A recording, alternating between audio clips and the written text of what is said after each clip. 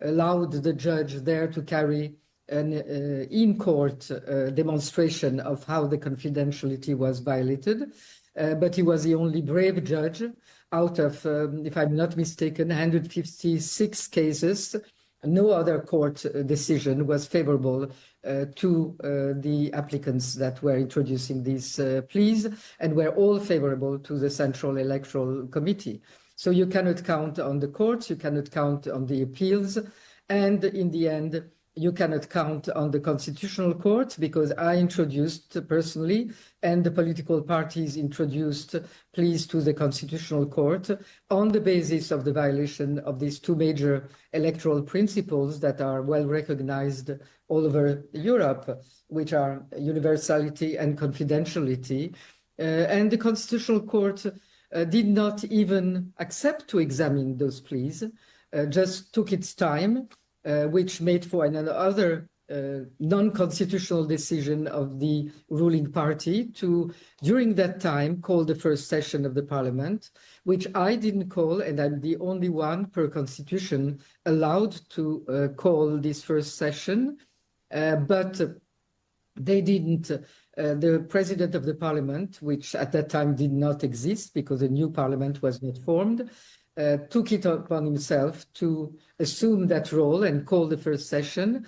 And then he violated a second constitutional rule, which is that the first session cannot meet as long as the Constitutional Court has not given its decision on the pleas that were introduced. And that decision intervened, non-examination, non-receivability, intervened a week after the first session. So we are completely out of the constitutional rules with these elections, which are being rejected, of course, by the population, by the political parties. They are not sitting in the parliament. They are not recognizing the validity of this parliament. And neither our partners outside, except one close partner to the ruling party, none have to this day recognized the fairness and validity of these elections. So that is the state in which we are. We have had something, and that's very important to understand also, that beyond the fact that these elections were, because of the previous situation of the rule of law in Georgia, already under very difficult conditions, these elections were also in the way that they were organized, planned and pre-planned, very Russian type of elections. It was clearly one of the attempts of interference by Russia, and we know that there were Russian propagandists that were present and inspiring some of the decisions, especially in the PR terms, during the preparation of these elections. And most of the propaganda of the electoral campaign was very Russian inspired, and sometimes some of the videos were direct copies of videos that were used in Russian elections. So if there is any need for additional proof, I think it's there. And it's very clear that it's a strategy that is not only concerning Georgia, and that's what I think is for you very important, that what is happening in Georgia is really testing the ground. At the time when Russia did not manage, and it's very important also to underline that, did not manage to reach its objectives in Ukraine after 2.5 years, Russia is testing an alternative to that, which is hybrid war against some of its neighbors. And we are the first testing ground. Moldova was one.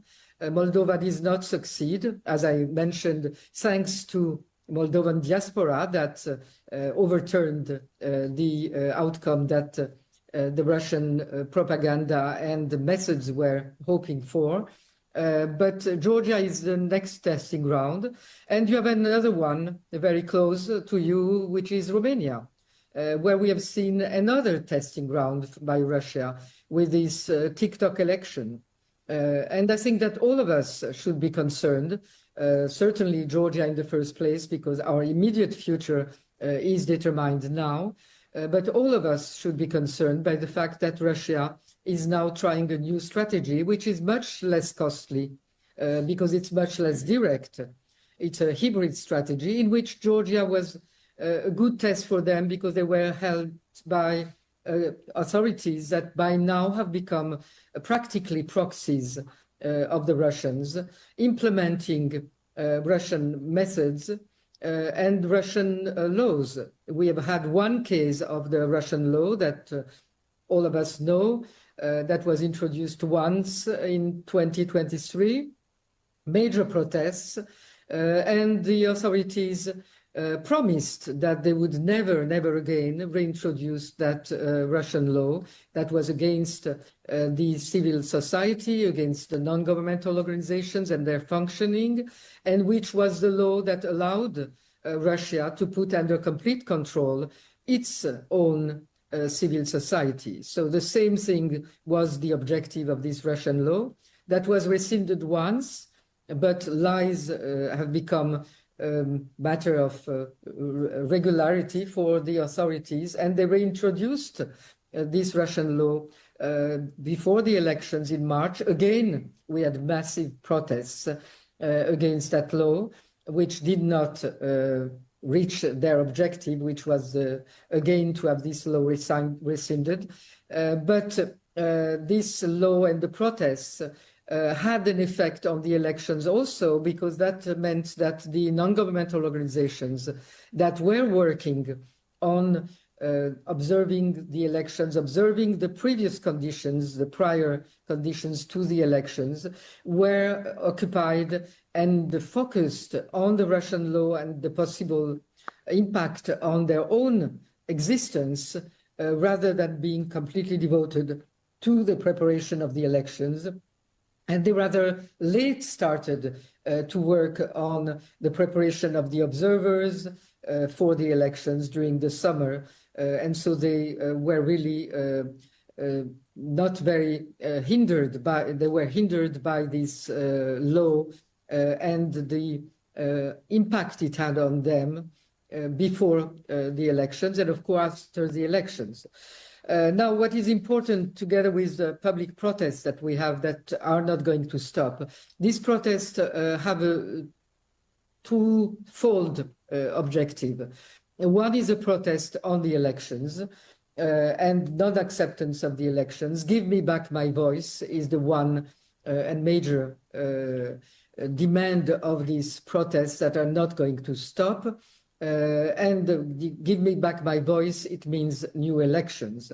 And together with give me back my voice, it's I not mandated anyone. This parliament is not legitimate, and the prime minister that has been confirmed by this parliament is neither nor legitimate, and he has no mandate to have taken the decision that was taken on the 28th of November, which cuts the path of Georgia towards the European Union.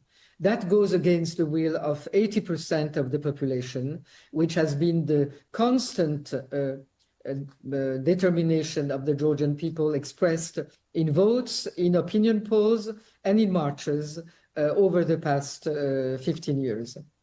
There was never a protest in Georgia for anything else, no social conditions, no economic conditions, but for protecting the European path of Georgia, protecting its independence, rejecting any form of return to the Russian orbit. What we are seeing now, and that's why I'm saying it's a crucial time, it is not a question of opposing the results that put one political force instead of another, or it's not a division between two Georgias. It is really the question of Europe or Russia. And what we are seeing since the election, it's an increased and hastened attempt to bring Georgia into a Russian regime. I've talked about the Russian law, but there are many other Russian laws that have been adopted now during the massive protests, while nobody is really paying much attention to what is happening within the parliament, which is not recognized. But the repressive laws are one that concerns the public service that is really major because it's a major way of intimidating the public service, which represent 30% or more of the jobs in Georgia, and telling them that they can be now fired at any time for any reason. They cannot sue if they are fired. They cannot get compensation. And anybody can be recruited for the public service without any criteria, without any diplomas.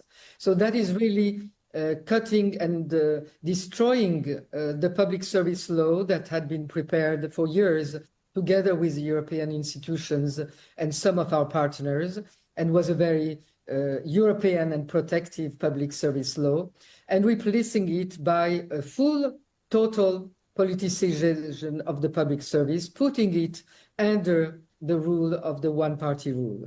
So that is very destructive, and that is very Russian. Then another that was adopted also very recently is the Code of Administrative Offenses that allows detention preventively.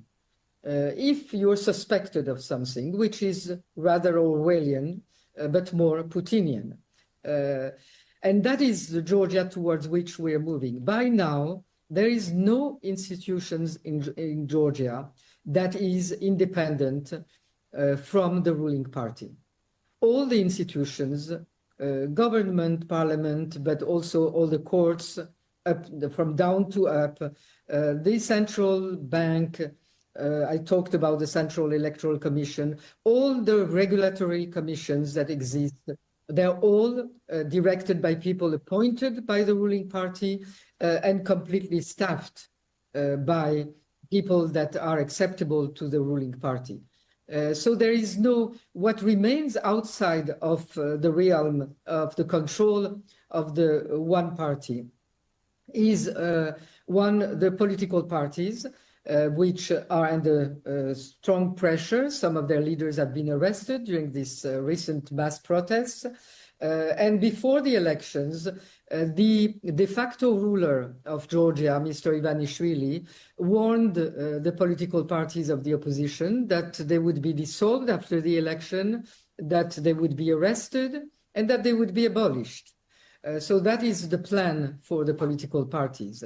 For the civil society, the non-governmental organizations, including those that are working on very humanitarian objectives, not those that are involved in protecting the human rights or political rights, but those that are very neutral, are under the same threat because everything that is financed from outside will be under this Russian law that is active and will be very gradually and quickly implemented against this whole very vivid civil society that we have. There is the president that is now talking to you. That is the last independent institution that exists. They have had a parody of election of a new president where there was one name on the ballot and people were reading the one name on the one ballot and there was only one party that participated into this parody. So we are in the situation where we do not have any legitimate institutions. We have a whole range of institutions that are in the hands of one party, and that one party in the hands of one person, and that one person very much linked to Russia by choice or by some form of force, so that we don't know.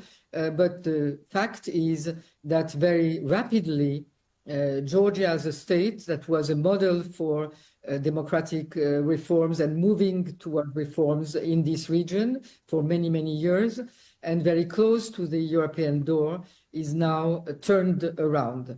And what happens to Georgia, and I will finish with that, I know I'm being a bit long because I want to let you also have time for questions. What happens in Georgia is not only what I said, a test for the new strategy of Russia, which will be affecting a number of other countries pretty soon, because Romanian elections are coming very soon. It is also a very strategic challenge to the European Union. It's a strategic challenge because it's testing the credibility of the European Union. The European Union has been working intensively with us and edicting a number of recommendations, first 12, then 9. None of those have been upheld by these authorities. Not only they have not been upheld and they have not been implemented, but every decision that has been taken over the past 2 years, and I'm not going back in the history, have been going against the spirit and the letter of these recommendations. And that we can go in detail and have a full demonstration of that. Not only that is what is happening in practice, in political terms, but the rhetoric of the ruling party has been a destructive rhetoric, even after, or I would say even more after, that we were granted the candidate status by the European Union on the ground of the society and the nation's protests of the Russian law, rather than on the ground of something that would have been done by the authorities to satisfy to the request or the recommendations of the European Union. After the granting of the candidate status, we have seen an increase, a very destructive rhetoric that was adopted first by Mr. Ivanishvili, the one-man ruler of Georgia, and by the whole ruling party, attacking Europeans and Americans alike on being the inspirers of the global war party that wanted to start a new war in Georgia against Russia through Georgians to support Ukraine. That was the logic of that. And that's the only thing that this global war party was interested in, was to use Georgia as a pawn against Russia. And the rhetoric went on that this global war party and our European partners and American partners were also supporting opposition parties to overthrow the government. And so they were supporting a whole bunch of traitors that would have to be punished right after the elections, which we can be expecting anytime under the rules that now are in place in Georgia. I've, of course, myself been many times threatened, first by the two, one impeachment and the one promised impeachment that didn't go through the parliament because of the lack of enough votes. But the aim and the objective of the impeachment was clear. It was to undermine the legitimacy of the only institution that is independent and is supported very massively by the people, which we can see almost every day now. The rhetoric that was adopted by the ruling party all over the year 2024 and was very abrupt, including against the ambassadors here of the European Union and of the United States, if that rhetoric and if those decisions and if those policies that are completely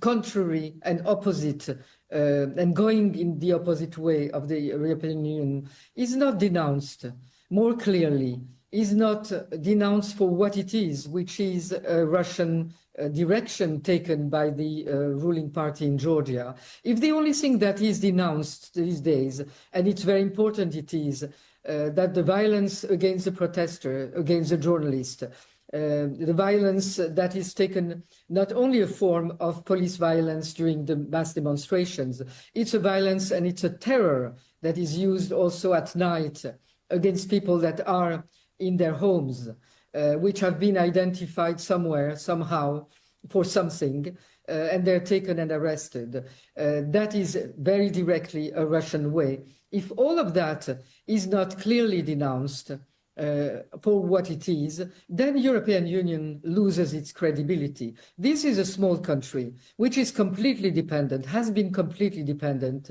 on the European support, on the American support for so many years, for the financial support, but also for the support to creating institutions, for creating the army in this country that is an independent body and remains so.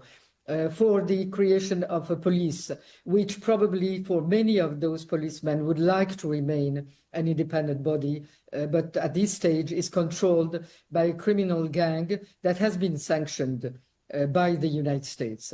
But this has to be said very clearly. We cannot be in a very neutral position where the official declaration statements from the European Union are against the violence and then for trying to find a way back to the European past. There won't be a way back to the European past by the actual authorities that have done everything they could in words, in deeds, for the past 2 years to take Georgia away from its European past, and they have declared that officially on the 28th of November. So how much clearer can they be when what they do and what they say is all going in one direction? But how much clearer can the European Union be is what is at stake and its credibility. Because if it cannot be credible for a small country like Georgia, for 3,700,000 inhabitants, that for 80% supports the European Union, then how is it going to be credible for any other power that is confronting the European policies in the world? So my plea is for the European Union, for our partners, for Italy, that has been supporting us also all along, and that understands very well culturally what is Georgia and what is at stake, to be much braver in a way. The Georgian people are going to do what they have to do. They are protesting completely peacefully. Their only demands are peaceful and constitutional. And the only peaceful way out, the only constitutional way out, is to have new elections. And that's the only way to go back to the European path. Just calling for the authorities, without explaining who, to come back to the European path won't make them change what has been their direction and their political objective for the past years, which is to please. And they have pleased Moscow because they have been complimented over and over again. So the only way is to support what is the demand of the Georgian people, support the call for new elections. Those new elections can be organized very peacefully. There can be a very peaceful transition, which I am ready to lead. There can be a compromise with the existing ruling party, not with the authorities because they are not legitimate, but with the ruling party or the ruling man, in order to organize what has to be organized to keep this country stable, to keep this country democratic, to keep this country free, and to keep this country on its European path. Madam President, I interpret the very strong gratitude and appreciation for your words, the way you made us to even deeper understand and fully understand what is going on, the dramatic, politically dramatic and not only politically dramatic situation is going on in your country and in Europe, because it comes right to the point of disinformation and hybrid war, as you defined, which has been going on so intensely in Georgia, but has been going on in Romania and in other countries in Europe, which are very much on the edge on their response to this hybrid attacks in terms of in political terms. Madam President, I have many colleagues who would like to address some very short questions to you, starting with two of them. I know that your time is very much limited. You are under time constraint. Nobody can understand this better than after your presentation. But if you allow me to give the floor to three senators who are here in presence, and there are other 10 or dozen who would like to address these issues, but I know the time constraint. But if you are so kind to accept 1 minute statement by Senator Sensi, Senator Lombardo, and Senator Pellegrino, I think it will be a symbol also of the cohesive participation of this audience and this Senate on this issue. Thank you. Can I pass the floor to Senator Sensi at the beginning, then Lombardo and Pellegrino, if you allow us, Madam President. Certainly. Grazie molto. Thank you so much, Madam President. I would like to thank you because really gave us food for thought.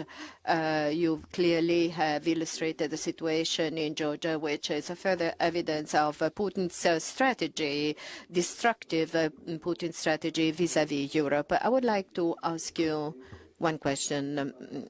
You told us we have to be braver as Italians and as Europeans, and this is very important for us. On Sunday, we will, together with the Georgian diaspora, we will take to the streets to show our solidarity and our support. But I want to ask you a message toward Italy, because Italy is a country which is subject to Russian propaganda, heavily infiltrated.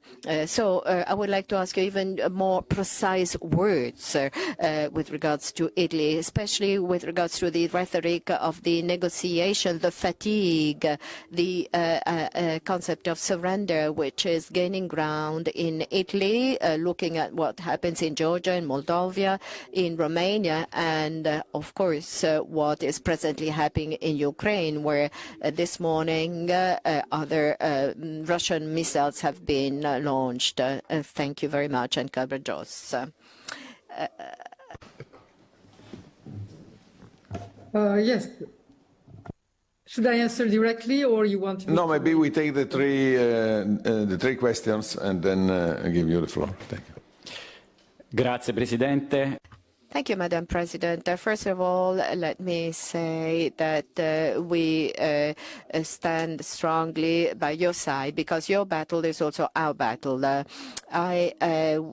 few days ago, I was talking with Prime Minister Meloni, saying that Italy has to play an important role for the European defense shield, which is one of the priorities of von der Leyen. And we're not only referring to internal election process, but also those countries which have a candidate status like yours. We have to be braver. This means a change of course of the EU, because the enlargement process today cannot only be based upon the merit of the economic and legal reform process. Europe must become a geopolitical force, and we have to be aware that this pertains to internal and external security, because unless we defend the electoral process in Europe and with our friends, with our candidate countries, the risk for a hybrid war will be an alteration of democratic values on which Europe is hinged upon. So what are your thoughts as to this change of course that the EU must have when it comes to foreign policy? Senator Pellegrino? Microphone. Thank you.